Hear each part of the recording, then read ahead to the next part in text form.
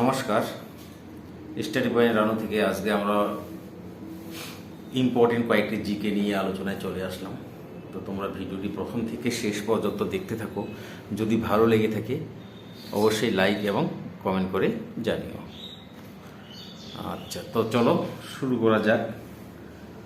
প্রথমে একবারে সহজ প্রশ্ন নিয়েই আমরা শুরু করব। আচ্ছা বলো তো, কাথিয়াওয়াড় উপদ্বীপ কোন রাজ্যে অবস্থিত? গুজরাট রাজ্যে অবস্থিত। গুজরাটে অবস্থিত। তো এবার বলতো, ভারতের প্রাচীনতম তেল শোধনাগার কোন রাজ্যে অবস্থিত, মানে কোথায় অবস্থিত এটি? এটি হচ্ছে আসামের ডিব্রুগড়ে অবস্থিত। কত সালে স্থাপিত হয়েছিল বলতে পারবে? 1901 সালে। 1901 সালে। আচ্ছা এবার বলতো, ঝুম কি? ঝুম এক ধরনের হচ্ছে কৃষিকাজ। ঝুম এক ধরনের হচ্ছে কৃষিকাজ। সাধারণত পাহাড়ি অঞ্চলে যে এই কৃষিকাজটা দেখা যায়, সেখানে কি করা হয়? সাধারণত কোনো একটা জঙ্গলকে পুড়িয়ে প্রথমে ফেলা হয়, তাই তো? পোড়ানো হয়, পুড়িয়ে তারপর কয়েক বছর সেই জমিটাকে ফেলে রাখা হয়। ফেলে রাখার পর তারপর 2-3 বছর পর সেখানে আবার চাষ করা হয়। জমিটা যেন উর্বর হয়ে ওঠে, তারপরে সেখানে কিন্তু চাষ করা হয়। বর্তমানে কিন্তু ভারত সরকার বিভিন্ন আইন তৈরি করে এই জুম চাষটাকে কিন্তু কি সরকারিভাবে নিষিদ্ধ ঘোষণা করেছেন, ঠিক আছে? এছাড়া পাহাড়ি অঞ্চলে আরও এক ধরনের চাষ দেখা যায়, সেটা হচ্ছে ধাপ চাষ। ধাপ চাষটা কি? পাহাড়ি অঞ্চলে কি হয়, যে উঁচু নিচু পাহাড় থেকে ঢালু জায়গা, সেখানে জল দাঁড়ানো সম্ভব নয়। এই জন্য কী করা হয়, ধাপে ধাপে মাটিটাকে কেটে রাখা হয়, যেন কি হয়, কিছুটা জল সেখানে দাঁড়াতে পারে। এবং এই ধাপে ধাপে ধাপ কেটে সেখানে যখন জল দাঁড়ায়, সেখানে তারা কী করে, বিভিন্ন ধরনের সবজি চাষ করে, তাই তো? এই ধরনের চাষকে বলা হয় ধাপ চাষ।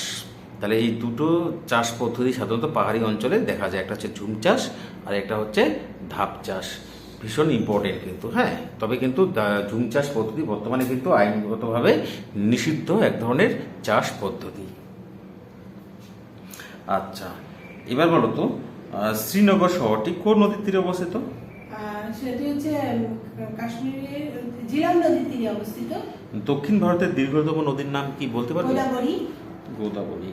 সিয়াচেন হিমবাহ রয়েছে কোন পর্বতে বলতে পারবে? কারাকোরাম পর্বতে রয়েছে। কারাকোরাম পর্বতে, ভারতের দীর্ঘতম হিমবাহ, তাই তো? উত্তরপ্রদেশের রাজধানীর নাম কি বলতে পারবে? একদম সহজ প্রশ্ন। লখনৌ। লখনৌ। আচ্ছা, মাইথন বাঁধ রয়েছে কোন নদীর তীরে, কোন নদীর উপর? বরাকর নদী। বরাকর নদীর উপর। এবার বলো তো, কন্যাকুমারী কোন রাজ্যে অবস্থিত? এটি তামিলনাড়ুতে অবস্থিত। ভারতের একেবারে দক্ষিণ প্রান্ত, তাই তো, কন্যাকুমারী। আচ্ছা, রবি ফসল কাটা হয় কোন মাসে? মার্চ এপ্রিল মাসে। মার্চ এপ্রিল মাসে। সাধারণত ফসলের 3 প্রকারের হয়ে থাকে: খারিফ ফসল, রবি ফসল এবং জায়েদ ফসল, ঠিক আছে? রবি ফসল সবার প্রথমে করে দেখবো আমরা খারিফ ফসল। খারিফ ফসল যদি আমরা সাধারণত যদি মেইনলি এটাকে ভাগ করা হয়ে থাকে, যে খারিফ ফসল যেটা, সেটা হচ্ছে বর্ষাকালে যে ন্যাচারাল বৃষ্টিপাত হয়, সেই বৃষ্টিপাতের উপর ভিত্তি করে যে ফসলগুলো চাষ হয় সেগুলোকে বলা হচ্ছে খারিফ ফসল। যেমন ধান, পাট, তাই তো, বর্ষাকালে চাষ করা হয়। আবার রবি ফসল কোনটা? শীতকালে, অর্থাৎ জলসেচের মাধ্যমে। তখন কি হয়, বৃষ্টি মানে কি ন্যাচারালভাবে যে বৃষ্টিপাত সেটা খুব কম পরিমাণে হয়। এই জন্য শীতকালে জলসেচের উপর বেশি নির্ভর করতে হয়। ফলে যে ফসলটা চাষ করা হয় সেটা হচ্ছে রবি ফসল, যা বিভিন্ন ধরনের শাকসবজি, গম বা অন্যান্য ধরনের শাকসবজি যেগুলো, সেগুলো হয়। আর এই জায়েদ এবং রবির মাঝামাঝি, রবি এবং খারিফের মাঝামাঝি সময় যে ফসলটা চাষ করা সেটাকে বলা হচ্ছে জায়েদ। তাই 3 ধরনের ফসল কিন্তু হয় সাধারণত, তাই তো?